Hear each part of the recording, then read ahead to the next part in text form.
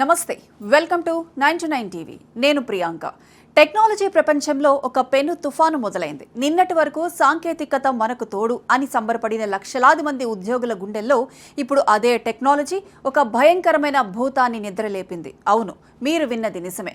అదే కృత్రిమ మేధ, ఆర్టిఫిషియల్ ఇంటెలిజెన్స్.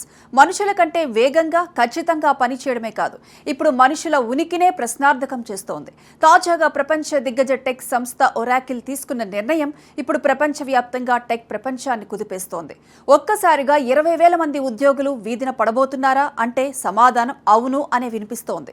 ఆ కంపెనీకి చెందిన వేలాది మంది ఉద్యోగుల ఫోన్లకు, ల్యాప్టాప్లకు వచ్చిన ఈమెయిల్ ఒక్క క్షణంలో వారి జీవితాలను తలకిందులు చేసింది. అమెరికా నుంచి ఇండియా వరకు, కెనడా నుంచి లాటిన్ అమెరికా దేశాల వరకు ఒరాకిల్లోని దాదాపు 20 నుంచి 30,000 మంది ఉద్యోగులు ఈ లే ఆఫ్స్ గండంలో చిక్కుకున్నారు. ఇది కేవలం ఒక వార్త కాదు, టెక్ రంగంలో మనుషులకు వస్తున్న పెను ముప్పుకు ఒక నిదర్శనం.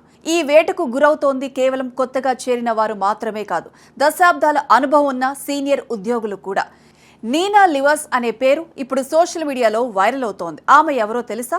1990లో ఒరాకిల్లో అడుగుపెట్టిన ఒక యోధురాలు. 33 ఏళ్లుగా ఆ కంపెనీ ఎదుగుదలలో భాగస్వామిగా ఉన్న ఆమె సెక్యూరిటీ, ప్లాట్ఫామ్స్, డేటా మేనేజ్మెంట్ నుంచి ఎథికల్ హ్యాకింగ్ వరకు ఎన్నో కీలక బాధ్యతలు నిర్వహించారు. ఒక ప్రిన్సిపల్ సెక్యూరిటీ అనలిస్ట్గా ఉన్న ఆమెకు కంపెనీ నుంచి వచ్చిన పింక్ స్లిప్ ఒక షాకింగ్ రియాలిటీని చూపించింది.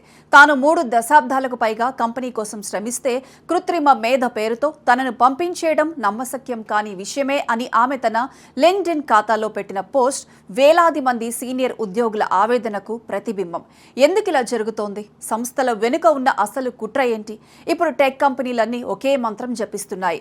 ఆటోమేషన్, ఏఐ టెక్నాలజీని ఉపయోగించి పనులను ఆటోమేట్ చేస్తే ఖర్చులు తగ్గుతాయి, లాభాలు పెరుగుతాయి. మనిషికి ఇచ్చే భారీ వేతనాలు, బోనస్లు, ఇన్సూరెన్స్ వంటి ఖర్చులు ఉండవు. తక్కువ ఇన్పుట్, ఎక్కువ లాభం. ఈ అంకెలు, ఈ లెక్కల కోసం కంపెనీలు దశాబ్దాల అనుభవం ఉన్న నిపుణులను కూడా సాగనంపేస్తున్నాయి. ఒరాకిల్ ఒకటే కాదు, మెటా, మైక్రోసాఫ్ట్, డిస్నీ వంటి దిగ్గజాలు ఇప్పటికే గత వారంలోనే 20,000 మందికి పైగా ఉద్యోగులపై వేటు వేశాయి. కృత్రిమ మేధలో భారీగా పెట్టుబడి పెడుతున్న ఈ కంపెనీలు ఇప్పుడు తమ వర్కింగ్ టీంను పూర్తిగా పునర్నిర్మించుకుంటున్నాయి.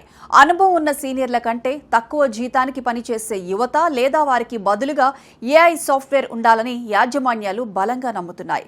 ఇది ఒక కొత్త యుద్ధం. ఇక్కడ ఆయుధాలు లేవు, కానీ విధ్వంసం కనిపిస్తోంది. టెక్నాలజీ రంగంలో ఎదుగుతున్నారా లేదా కాలగర్భంలో కలిసిపోతున్నారా అన్నది ఇప్పుడు ప్రతి ఉద్యోగిని వేధిస్తున్న ప్రశ్న. సీనియర్లంటే ఆ సంస్థకు ఒక మూల స్తంభం వంటివారు, కానీ లాభాల వేటలో ఆ స్తంభాలనే తొలగించి ఏఐ అనే ఇసుక పునాదులపై కంపెనీలు భవనాలను కట్టాలని చూస్తున్నాయి. ఈ పరిణామం కేవలం ఒక కంపెనీకి పరిమితమైందా, లేక రాబోయే రోజుల్లో ప్రతి రంగంలోనూ ఇదే జరగబోతోందా? మనిషి మెదడుకు, కృత్రిమ మేధస్సుకు మధ్య జరుగుతున్న ఈ పోరాటంలో గెలిచేది ఎవరు? మనిషి సృష్టించిన ఏఐ మనిషికే పోటీగా మారుతుంటే భవిష్యత్తులో ఉద్యోగాల పరిస్థితి ఏంటి? ఏఐ మనకు మేలు చేస్తుందా, లేక మన ఉనికినే తుడిచివేస్తోందా? ఈ ప్రశ్నలకు సమాధానం కోసం ఇప్పుడు ప్రపంచమే ఎదురు చూస్తోంది.